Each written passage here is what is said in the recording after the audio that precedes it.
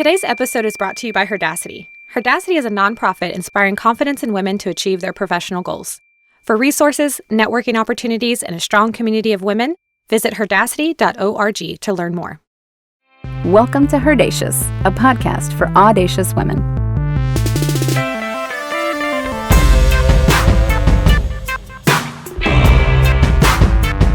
Welcome back to HERdacious, the podcast for audacious women looking to make some career moves and wanting a little career support along the way.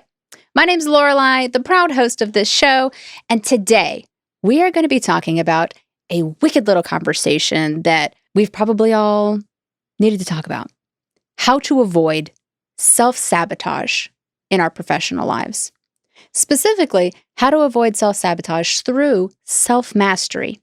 And to help us in this epic conversation, I have an empathetic coach, a seen-it-all leadership facilitator, the founder of Femme Leadership, a boutique leadership, strategy, and executive coaching firm, Michelle Hoover. Hi, Lorelei. Hi, Michelle. So glad to have you today. This is going to be so amazing. I'm thrilled to be here. Thanks for having me. My pleasure. So obviously, we're going to be talking about self-sabotage. What got you personally or professionally interested in this topic as a development strategist? When you do development strategy and when you generally think about anything in business, our minds often go first to the external factors, globalization, urbanization, where trade flows are happening. And while all those external forces are surely influential in our business decisions, what gets less discussed are these internal influences and these internal potential blocks that we face. And self-sabotage, I think, is one of the largest internal blocks that we face. And as a coach and as somebody who helps people along in their growth and development, it's only natural that I gave this particular internal block a lot of my attention in trying to enable the growth of others. Love it. Describe for us the act of self-sabotage and how we do this to ourselves, often unwittingly. Yeah, it's so unfortunate. But self-sabotage is the act of destroying or undermining something, often in a covert manner. And the term self-sabotage specifically is used when this destructive behavior is directed at yourself, consciously or unconsciously. There's a great book out there by Dr. Judy Ho called Self-Sabotage, 6 Steps, so on and so forth, and I'll tell you more about it later. But she explains that self-sabotage occurs when basically our wiring works in our favor. We are wired to protect ourselves. When our bodies and our brains unite in recognizing something that scares us, we do everything in our power to protect ourselves. Now, things like procrastination are a thing like procrastination is a form of self-sabotage. You might not think of it that way. You might think of it as you just putting it off for whatever reason. But what your body and what your instinct is telling you to do is, no, don't go there because you're not very comfortable there. Another form of self-sabotage is in avoiding things and refusing to acknowledge them until maybe in a procrastination situation again, right? Until you absolutely have to. These are all cues that are telling us, you're going into territory where you're not really comfortable, so pump the brakes and slow your roll, and let's avoid that in a protectionistic kind of manner. Whoa. My brain is breaking at the hilarity of how our brains try to protect ourselves through sabotaging us. What's the solution? The solution to conquering your instinct to self-sabotage is to listen to the instincts that self-sabotage is coming on, such that you can quell and consider what these signs are telling you, right? So oftentimes we self-sabotage, or in the act of, let's say, procrastination, we just say, oh, I've always been like this. I've always procrastinated. No big deal, right? But if we just double click on that and probe on that a little bit further, what would happen if we asked ourselves why? Why is this particular thing something I do not want to do right now? Do I have feelings towards it. Does this particular task have implications for me in terms of how I see myself or my value or my worth? Did I try to do something similar along these lines with regard to this task in the past, and did it not go well? Do I think my stakeholder is not going to appreciate the effort that I'm putting into this task versus what I see myself doing and the value that I'm adding by doing this task?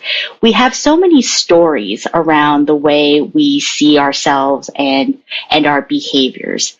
And when we're in the active act of self-sabotaging, we don't listen to ourselves and what those stories are telling us. So if we pause for a moment and consider the act of self-sabotage while it's happening, stopping it in its tracks, and giving ourselves a moment to reconsider how we can go about this particular task, then we develop a different relationship with that saboteur. When you begin to actively identify your self-sabotaging in action, that is when you are activating your self-mastery. And I believe self-mastery is the antidote to a lot of development problems. But one thing I can tell you for sure is that it stops the sabotaging in its tracks. So to go further, self-mastery is the continuous, consistent process of sharpening your own understanding and awareness of your tendencies, behaviors, and emotions to help you increase your effectiveness as a result of drawing upon that understanding of yourself. So if you passively self-sabotage in the past, that is one thing. But if you actively engage the sabotaging in the moment, you have the option and you have a better chance of stopping the sabotaging in its tracks. On the topic of active self-sabotage, do women have gender-specific self-sabotaging behaviors? Yes, it has been documented that women do have specific self-sabotaging behaviors. Oh, no. Yeah. There are things that women particularly do that are of the self-sabotaging type. There is a great book out there by Sally Helgeson and Marshall Goldsmith, who are two just top-of-the-line gold standard executive coaches, and they have a book out called How Women Rise, and they lay out 12 habits in particular that women have demonstrated that hold them back. The first one of them is that they don't tell the world how smart they are.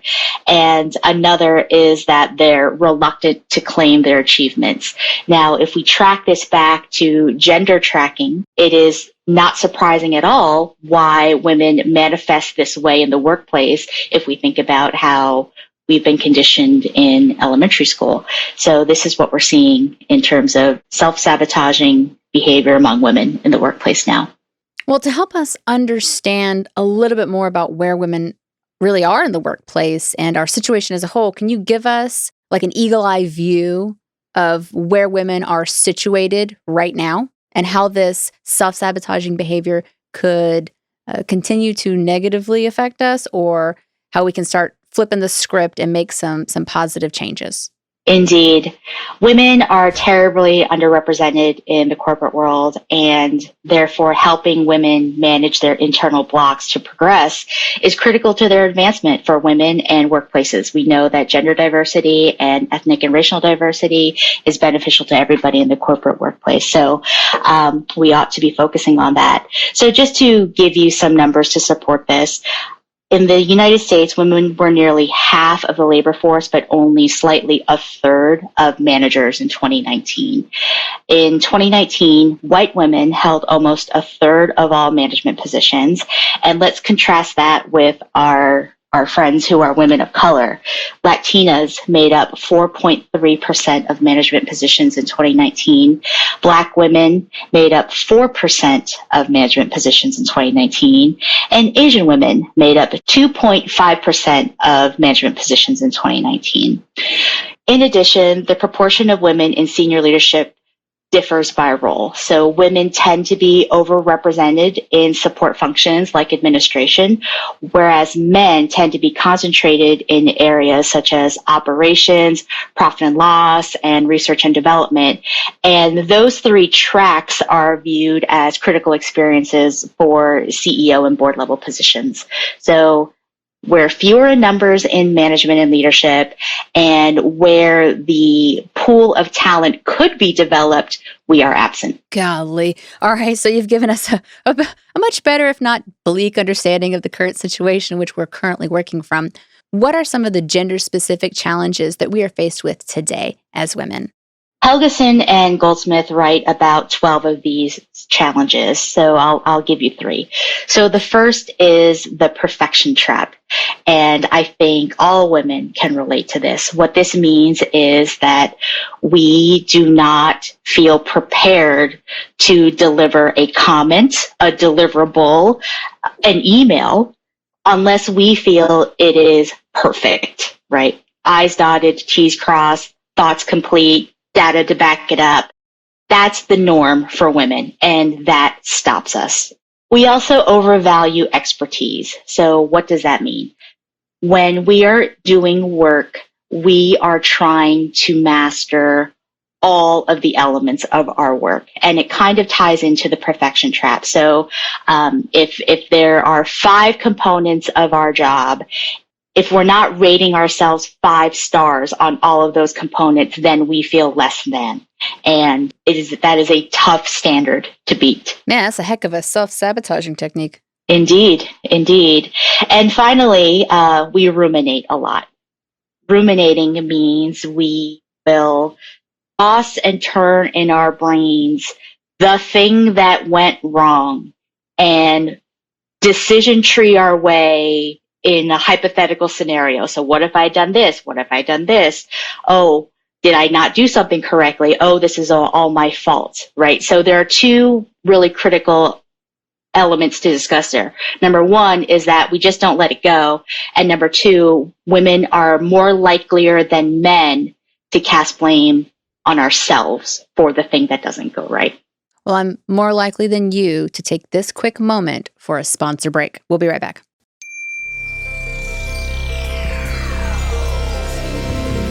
Hi, Barbie here from Moonray, husband and wife indie pop duo. If you enjoy the intro music, we invite you to listen to our debut EP, Honeymoon, streaming now on all platforms. Visit www.monray-music.com for more.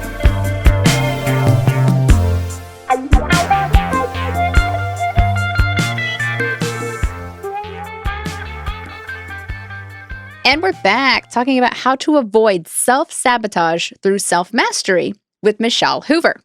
Now, Michelle, I want to kind of circle back to what you were talking about earlier, some real-life examples of female self-sabotage. Give us a couple more examples so that we can maybe identify some of the ways that we, individual people, might participate in this behavior. So you've listed some kind of high-level stuff. I want to maybe get a few real-life examples so that we can hone in on some of the actual things that we do. Besides procrastination, which everybody just, if you don't know about procrastination, I don't know where you've been.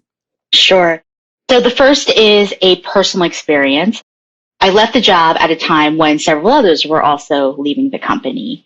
And I had a peer who was male, and we were of comparable skill and comparable title. And we were just having a conversation one day, talking about our job searches and what could potentially be ahead for us. And when he started listing out all of the things that he was chasing, and I compared it against the things that I was chasing, I was like, holy cow, why the discrepancy? Why is there such a big gap here? Because this guy was going after positions that I thought were maybe 2 or 3 steps down the road, and I was applying for positions that felt right to me at this time. And after reviewing the literature on this and reading the book I mentioned by Helgeson and Goldsmith, it was really clear that I was falling into a combination of that perfectionistic trap and the overvalue expertise. This is a case of where a woman will look at a job description and say, okay, of these 13 things, I feel really, really great about 10, but because I don't feel great about the 3, I'm not going to apply. Right. That doesn't happen with men. That doesn't happen with men, right? And I saw myself guilty of that a couple of years ago, more than a couple of years ago now. A second example is something that breaks my heart but has a happy ending. So I remember when I was in school, when I was in grade school, I would have heart palpitations and sweaty palms, and I would constantly perseverate in my brain as to whether I would raise my hand and not to ask a question, because that's one thing. That's a different challenge entirely. But whether I would answer a question. And it's not because I wasn't confident about it. It was just around the idea of taking up space and, putting myself out there. And I always remembered that, and I started doing something else about it. I started changing my behavior when I started getting dinged on it in graduate school. But this is not an uncommon phenomenon. So you might have heard a couple of years ago, a little girl who was then 10, her name is Alice Paul Tepper. She was on a field trip, I believe, and she had observed that a bunch of boys were at the front of the museum or whatever it was. And whenever the tour guide or whomever was asking for participants, the boys would raise their hands. And this observation led Alice to share this with her mom. And long story short, Alice discussed this with her Girl Scout leader, and they decided to come up with this raise your hand patch. So in order to get the patch, you have to pledge to raise your hand in class and recruit 3 other girls who promised to do the same. So this was just so heartfelt. There is a piece written by Alice in the New York Times, an op-ed from maybe 2 or 3 years ago, and she says, I told my mom that I thought girls weren't raising their hands because they were afraid that the answer was going to be wrong and that they would be embarrassed. And if I link that back to my own experiences, that was so true, right? And to think that, I don't know, that was 30 years ago, and to think that this little girl had this experience very recently as well, it's heartbreaking. But you know what? We know it's happening now. We can give it a name now. And this generation, along with ourselves, we're not going to let it happen moving forward. Right. Yes, that confidence gap that children, the gendered experiences of children, we encourage boys to go be brave, and we implicitly encourage girls to be perfect. Exactly. What Alice cited in her article was that people say girls have to be 90% confident before we raise our hands, but boys just raise their hands. Slays me. It slays me. And so are the Girl Scouts. They're slaying left and right in the best ways possible. Love that story. Thank you for sharing. Sure. So let's switch the conversation back to the solutions. Talk to me about self-mastery. What does that look like? Self-mastery is when you question yourself, when you feel your body telling you something. So, for example, I used to get crazy anxiety, but I didn't know it was anxiety. There was a time when I would gag when I would brush my teeth. And this was when my blood pressure was at an all-time high and I was working like a maniac. And it was through the exploration of that I really started to home in on my own self-mastery. What are these signs telling me about myself? What do I need to do to take care of myself in this situation? So that's a very physical, personal example. Self-mastery in the workplace is, okay, when we used to be in the office together, you're walking down the corridor and you see somebody with whom you do not have the most collegial relationship. So let's say this person gave you a piece of feedback recently that did not sit well with you.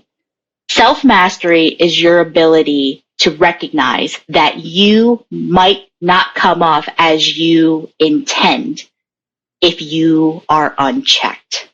Self-mastery is you acknowledging that you may encounter an uncomfortable situation if you let your triggers get the best of you. So self-mastery is the constant act of processing your emotions and how you need to manage your emotions in order to manage your behavior to present yourself in a way that works for you and is in your best interest.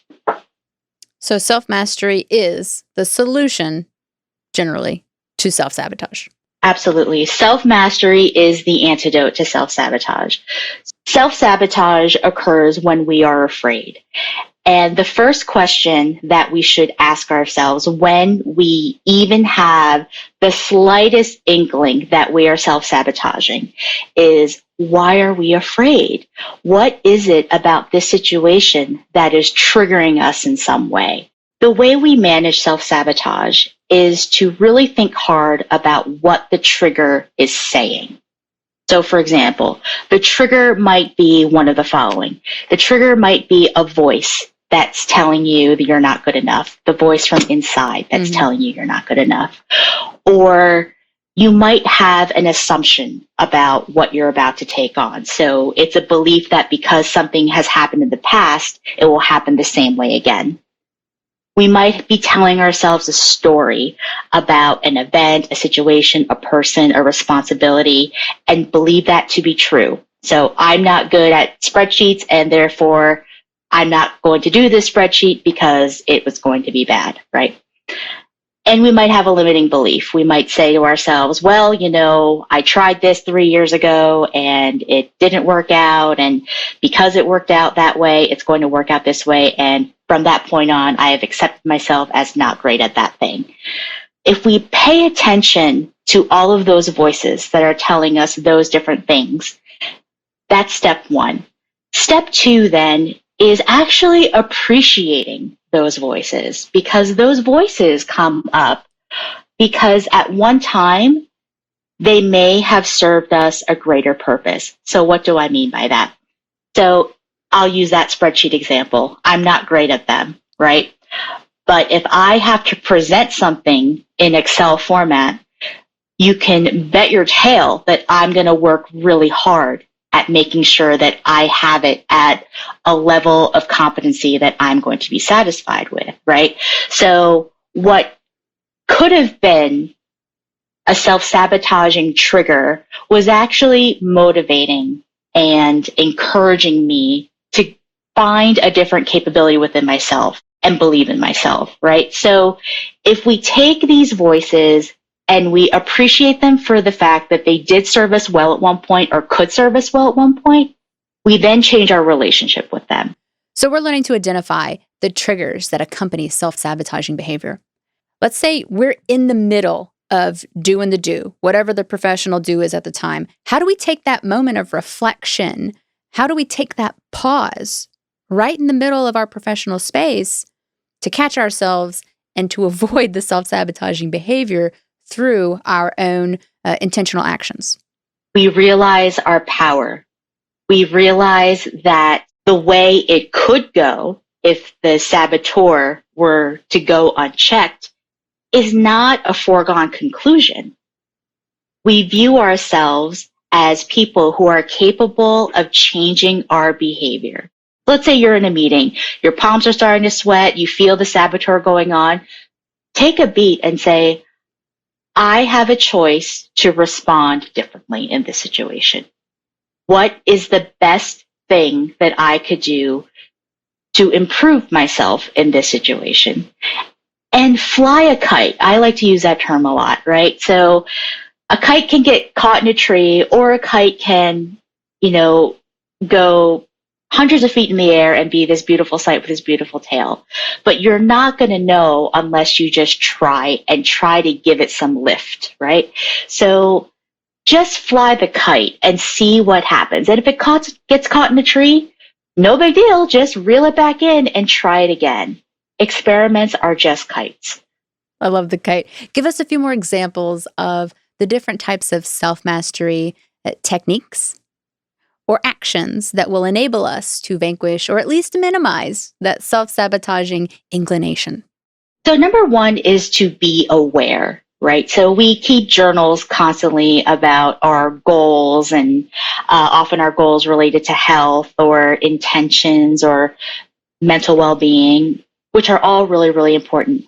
But what would happen if you gave the saboteurs in your life the space and your cognizance that they exist, and you worked on those actively?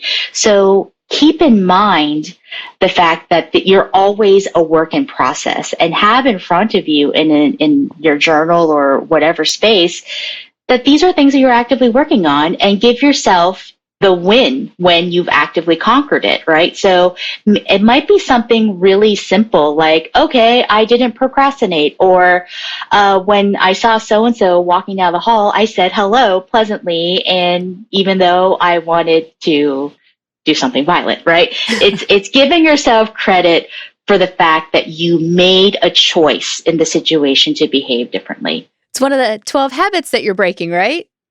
Being reluctant to claim your achievement? Exactly. Claim your win. Claim your win. Oh, yes. Number 2, appreciate yourself as a work in progress. These things do not go away overnight. Self-sabotaging behavior is a result of years and years of conditioning and norms and socialization. Exactly. Socialization that is beyond our control. When you recognize that avoiding self-sabotage is in your control, that requires a lot of rewiring in a lot of different ways. So appreciate that this is an ongoing thing. And again, give yourself the wins, and, maybe view this as a long game versus a short one. Love that. Well, we are at the end of our short game. So to wrap up our episode, please share a few resources. I mean, I know that you listed a few great books here throughout the episode, but give us a few more resources for our listeners who want to continue their journey of eliminating self-sabotage through self-mastery. Sure. So the full title of the first book I mentioned was How Women Rise, Break the 12 Habits Holding You Back from Your Next Raise, Promotion, or Job by Marshall Goldsmith and Sally Helgeson. So just for reference, those are two gold standard executive coaches who have partnered on a lot of different initiatives. Sally Helgeson herself is a known expert in women's leadership, and her co-author, Marshall Goldsmith, is known in his own right as being the master of all executive coaches. He also wrote a different book called Triggers, Creating Behavior That Lasts, Becoming the Person You Want to Be. It's about recognizing the point that self-sabotage is happening, and the fact that you have the ability to change your reaction to it. The third book I have for you is from Dr. Judy Ho, called Stop Self-Sabotage, 6 Steps to Unlock Your True Motivation, Harness Your Willpower, and Get Out of Your Own Way. Finally, my own firm, Femme Leadership, on Instagram. Feel free to follow us there. We always offer content on things along the lines of growing through fear and growing through self-mastery. And for listeners, we'll have some downloadable materials for you there. Thank you so much. We will be sure to link all of those references and, of course, your website and social on our show notes.